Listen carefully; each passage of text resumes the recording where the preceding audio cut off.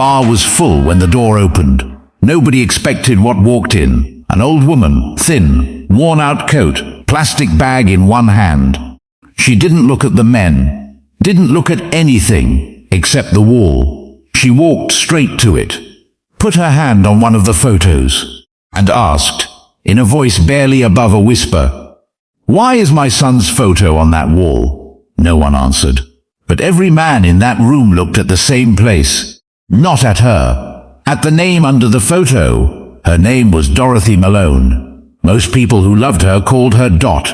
2 years before that day, she had already lost everything.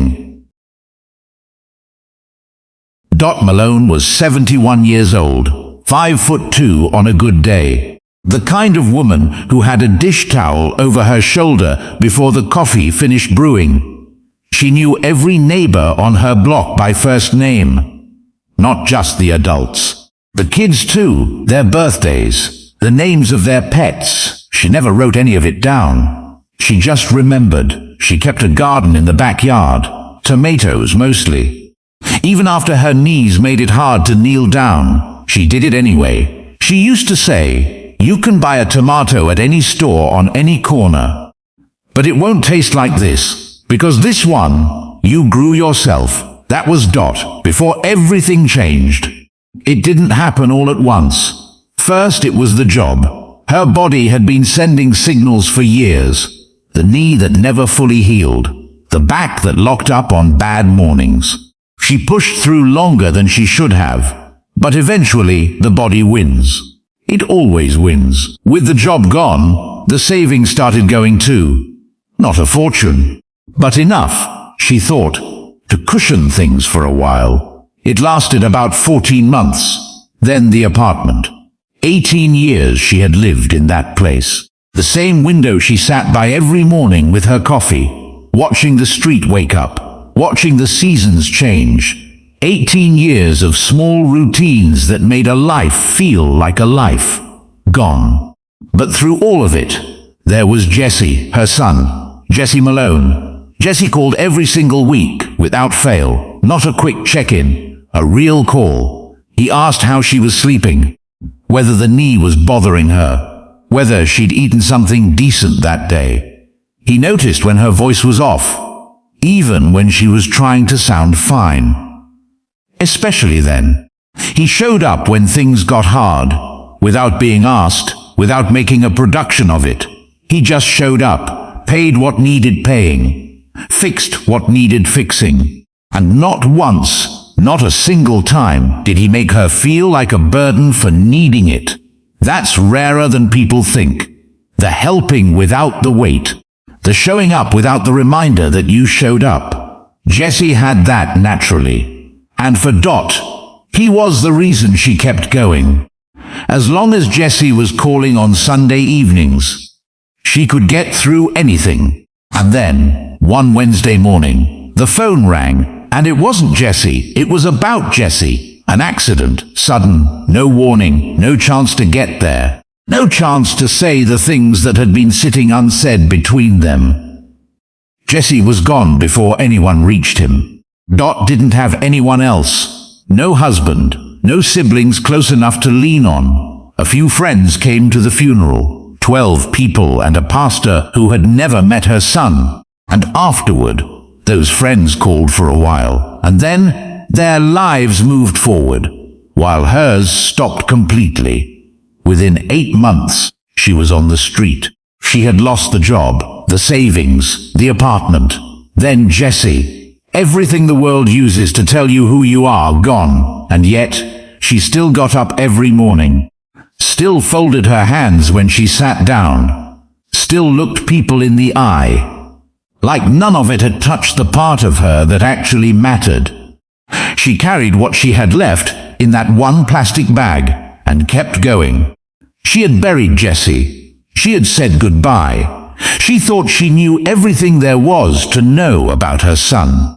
But there was an entire part of Jesse Malone's life that his own mother had never seen. A part that explained everything. Why his photo was on that wall. Why 12 men who never knew her would do what they were about to do. She was about to find out. on a Tuesday afternoon. In a bar she had never planned to walk into.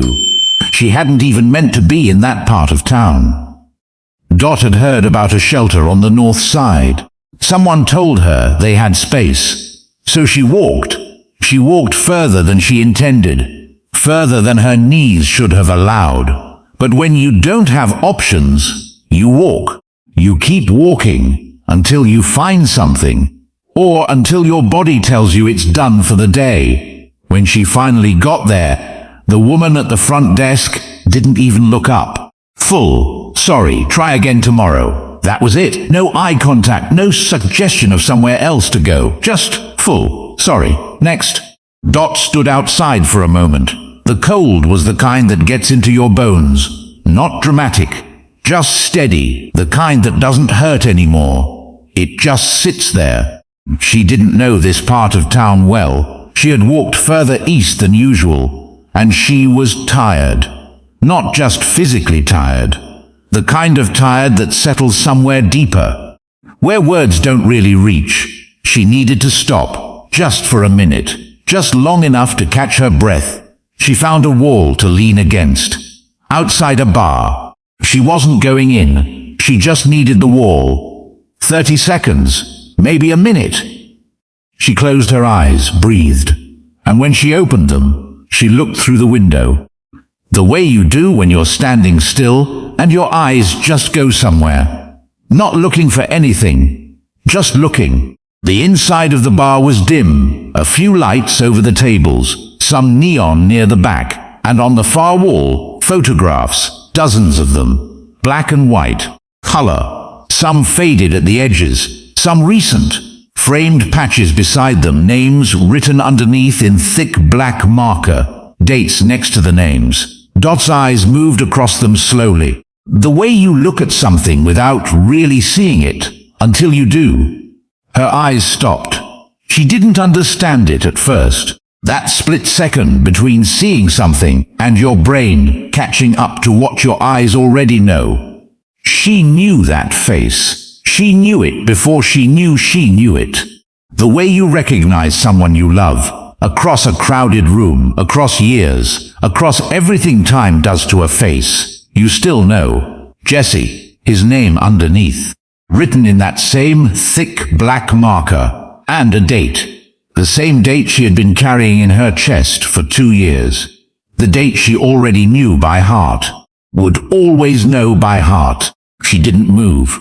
Her hand came up on its own. Pressed flat against the glass, she stood there. Not breathing quite right, not moving. Just standing. She had buried him. She had stood at that grave in the rain. She knew he was gone. But she had never known this. Never known this part of him existed. She pushed the door open and walked in. The bar went quiet the way bars do when something completely unexpected walks through the door. Not all at once, table by table, voice by voice, conversation by conversation trailing off. Until the only sound left was the jukebox in the corner. Low, something old. Nobody moved to turn it down. A dozen men. Big men. Leather cuts with a patch that read Iron Vow MC. Arms covered in ink. The kind of faces that have seen enough of the world to stop flinching at most of it. Men who had learned a long time ago not to react to things until they understood what they were looking at. All of them looking at this small woman, standing just inside the doorway. Worn coat, plastic bag, eyes that didn't see any of them, fixed on the wall. Like nothing else in the room existed. She walked straight to it, past the tables, past the men who shifted back in their chairs without being asked, just to give her room, past the bar itself, until she was standing right in front of one photograph. Her hand came up, 2 fingers on the frame, gentle, the way you touch something sacred, the way you touch something you're afraid might disappear if you press too hard. And then her voice came out, quiet, barely above a whisper. But in that silence, it reached every corner of the room. Why is my son's photo on that wall? Nobody moved.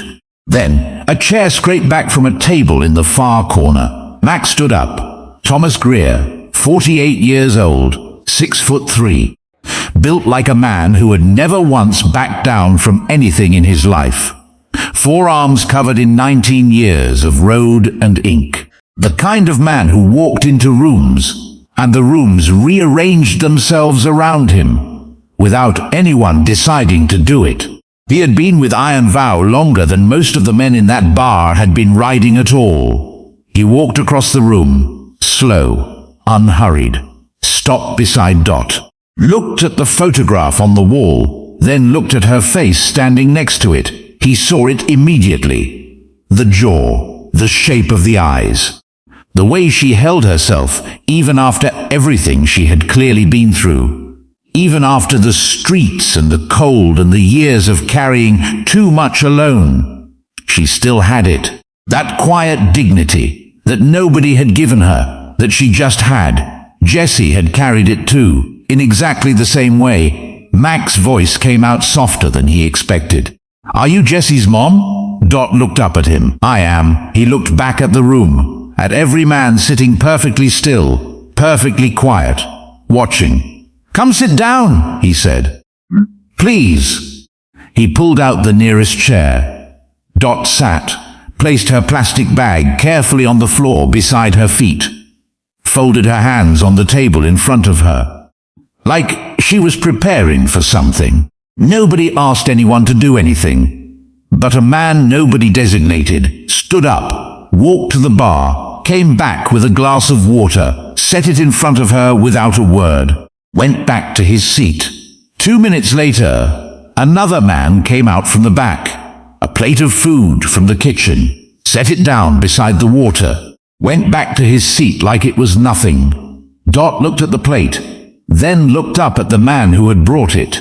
He just nodded. She ate, slowly, while Mac sat across from her, hands folded on the table, while the rest of the room found quiet things to do that kept them close without crowding her. Someone turned the jukebox down lower. Someone else refilled drinks, so there was something to do with their hands. A dozen men with a reputation that makes most people cross to the other side of the street, and every single one of them reading that moment exactly right. Nobody performing for anyone. Nobody making it about themselves. Just present, quietly, completely present. The way people are when they actually mean it. Mac didn't rush. He sat across from Dot, hands folded on the table, and looked at her for a long moment before he said anything. Not because he didn't know what to say. He knew every detail of Jessie's story by heart, every single one. He was choosing his words, because he understood something important. He was about to hand this woman something that would rewrite everything she thought she knew about her son. And you only get one chance to do that right. Only one. He took a breath and started from the beginning. Jessie Malone came to Iron Vow 7 years ago.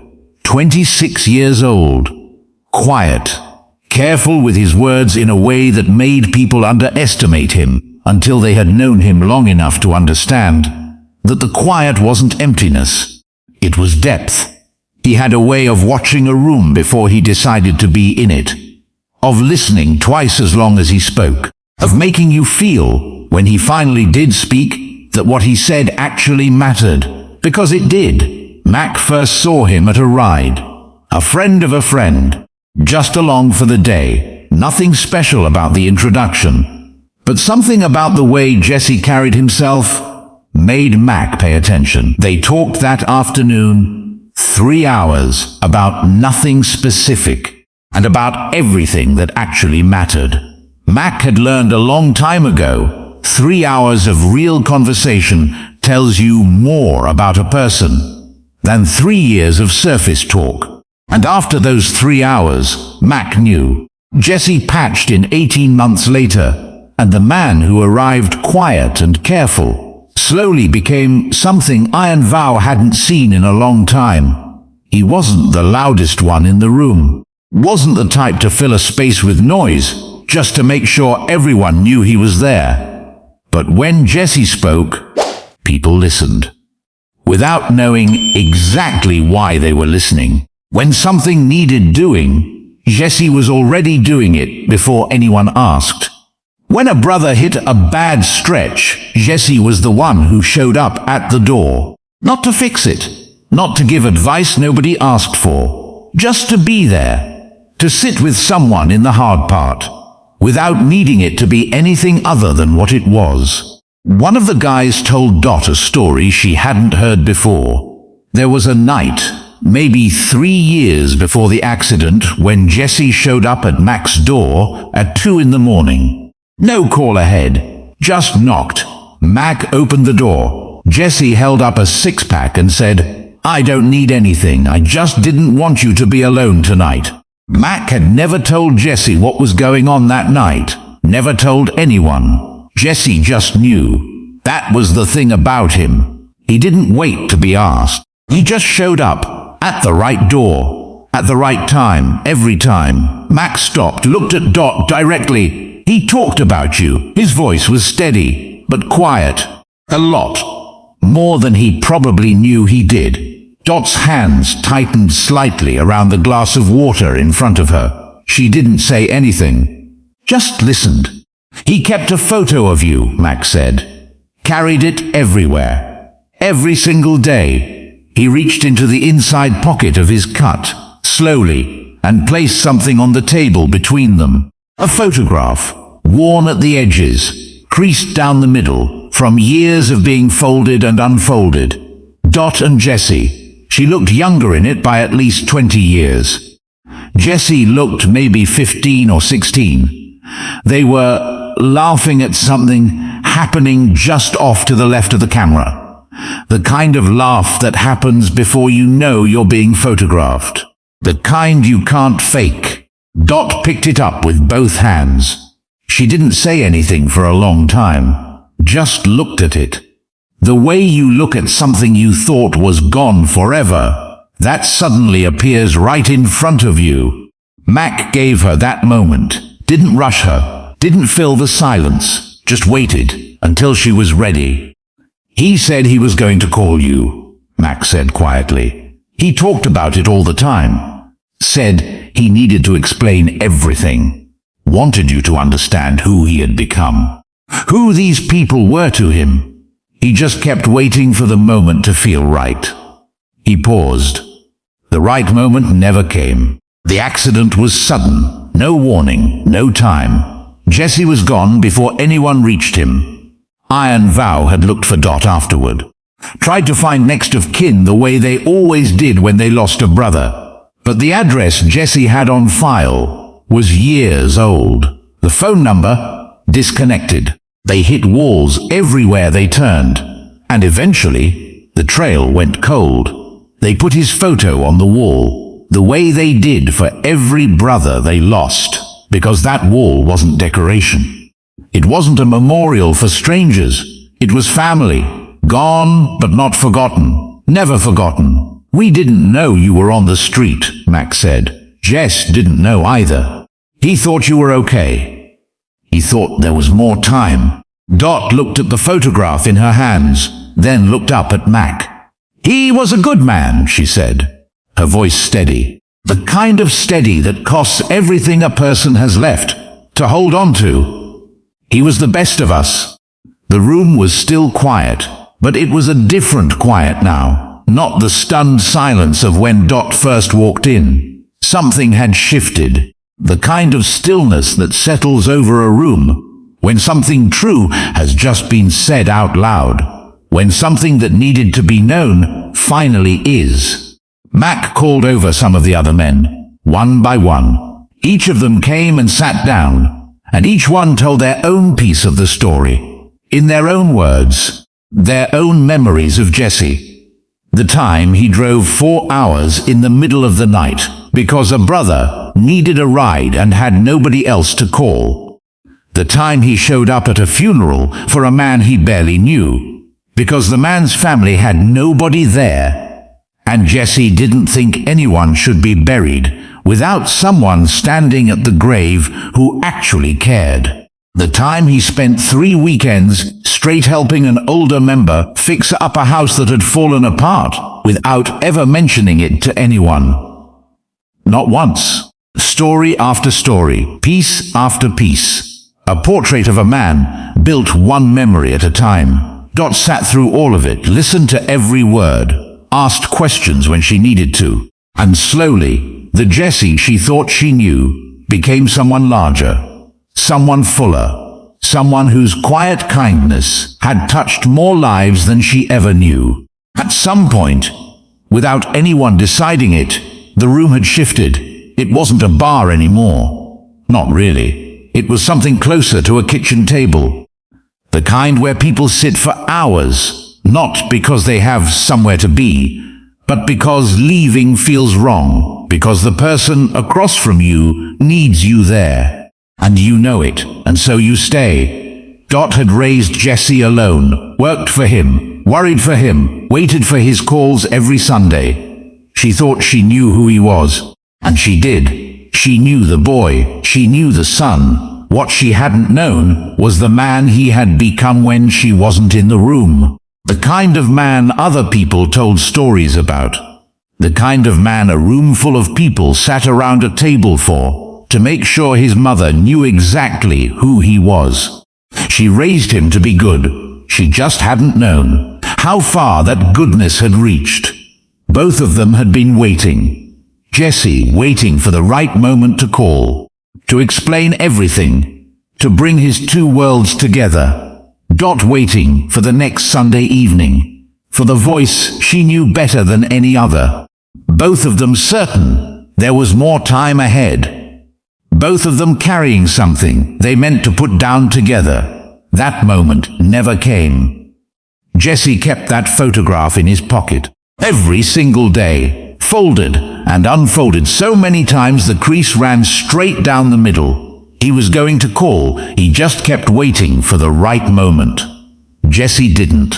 He just ran out of time before he got the chance. By the time Dot stood up to leave, it was dark outside. 2 hours had passed, maybe a little more. Nobody had checked the time. Nobody had anywhere else to be. Mac walked her to the door, stopped just before it, looked at her. "Where are you staying tonight?" Dot looked back at him. No embarrassment, no performance, no reaching for a story that made things sound better than they were. Just the plain truth, delivered the way she had learned to deliver it. After 2 years of having nothing to hide behind. "I'll find somewhere." Max stood there for a moment. Didn't push. Didn't make her feel small for saying it. He just turned and looked back into the bar, at the men inside, who had been listening to every word of the last 2 hours, and doing a very poor job of pretending they hadn't. Every single one of them looking back at him, not asking. Not waiting for instructions. Just looking. The way people look when they've already made up their mind sand, are just waiting for someone to say the word. Mac turned back to Dot. "Give us one day." That was all he said. One day. Dot didn't fully understand what that meant. She wasn't sure what one day could possibly do. But something in the way he said it made her believe it. Not blind faith, not desperation. Just something in his voice. The voice of a man who said things he meant, and meant things he said. She nodded, thanked him, and walked back out into the dark. She came back the next afternoon, like he asked. Mac met her at the door, walked her inside, and told her what they had done. In one day, one single day, they had found her a room, a real one, in a building 2 miles away. Owned by a man with a long history with Iron Vow, someone who didn't need much explaining, someone who said yes before Mac finished asking. The room was furnished, warm, clean, the first 3 months, covered, no discussion of when she would pay it back, no conditions attached, just, "Here, this is yours." Mac opened the door for her, and Dot walked in for the first time. She stopped in the middle of the room, just stood there, looking around, at walls that weren't moving, at a window that belonged to her, at a bed with a real pillow. She stood there long enough that Mac didn't say anything. He just let her stand there, let her take it in at whatever speed she needed. Some things you can't rush a person through. There was a bag on the table. She looked at it. Mac nodded for her to open it. Inside, clothes. Her size, all of them. Toiletries. A box of groceries, stocked with things that would actually last. Not just enough for a day or two. Enough for weeks. A prepaid phone. Already set up, numbers already saved in it. Mac's number. The club's main line. 2 women from the neighborhood, who had already agreed to check in on her regularly. Not once. Not twice. Regularly. Dot looked through it slowly, piece by piece. The way you go through something when you're trying to make sure it's real. When part of you is still waiting for it to turn out to be less than it looked. And then she got to the bottom. Sitting there. In a simple wooden frame. The photograph.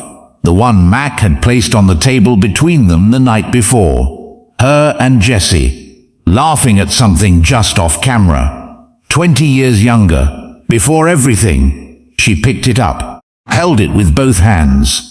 And stood there in the middle of that room for a long time, before she sat down. Iron Vow didn't stop there. They helped her apply for benefits didn't know she was entitled to. Sat with her through the paperwork.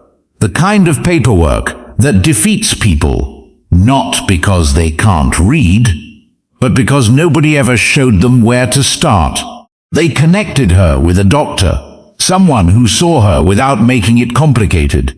They drove her to appointments. Not once. Every time she needed it, they checked in on her. Week after week. The way Jesse used to call every Sunday. Consistent. Reliable. Present. Word spread through the neighborhood. The way word always does. People heard what had happened. What the club had done. Some people were surprised. Some weren't. Jesse had chosen these men 7 years ago. A 26-year-old kid who walked into a group of people world had already decided it knew everything about, and saw something different. Something worth staying for. Dot hadn't understood that choice when he made it. She does now. She understood the moment she walked into that room, and found a photograph sitting in a wooden frame on a table. That was already hers. Dot still visits the bar every few weeks. She sits at the same table, the one Mac pulled out for her that first night. She drinks coffee, talks to whoever happens to be around that day. Sometimes it's a full room, sometimes it's just 1 or 2 people. It doesn't matter. She comes anyway. And every single time on her way to that table, she passes the wall. A hand goes up. 2 fingers on the frame, just like that first night. Gentle, the same way. But she doesn't ask the question anymore. She already knows the answer. She has known it for a while now. That wall isn't a memorial. It isn't decoration. It isn't something put up to be looked at by strangers. It's a reminder to the men who gather in that room of the people they have loved, of the brothers they have lost, of the ones who are gone, but whose presence never really left. Jesse Malone is on that wall because he was family. And family, real family, doesn't disappear when someone does. There's a photograph on the table in her room, the one in the simple wooden frame, her and Jesse, laughing at something just off camera. She sees it every morning when she sits by the window with her coffee. The same way she used to sit by the window in the apartment she lived in for 18 years, watching the street wake up, watching the seasons change. Small routines that make a life feel like a life. She has that again. The tomatoes, she started growing them again too. A few pots on the windowsill. Nothing like the backyard she used to have, but enough. The first time one turned red, she sat there and looked at it for a long time. Didn't pick it right away, just looked. The way you look at something that tells you you're still here, that something in you is still reaching toward the light. Jesse knew who these men were when he chose them. Not because they were perfect, not because their lives were cleaner, their reputations were easy, but because when it mattered, they showed up. Without being asked, without making it about themselves, without needing anyone to see them do it. Dot didn't understand that choice when Jesse was alive. She understands it now. Every time she sits at that table, every time her hand goes up to that frame, every time she looks out her window at the street waking up below. If this story stayed with you, share it with someone who needs to hear it. And if you haven't already, subscribe to Heart Tales. Because there are more stories like this one. Stories about ordinary people doing quietly extraordinary things. Stories that don't make the news, but deserve to be told. We'll see you in the next one.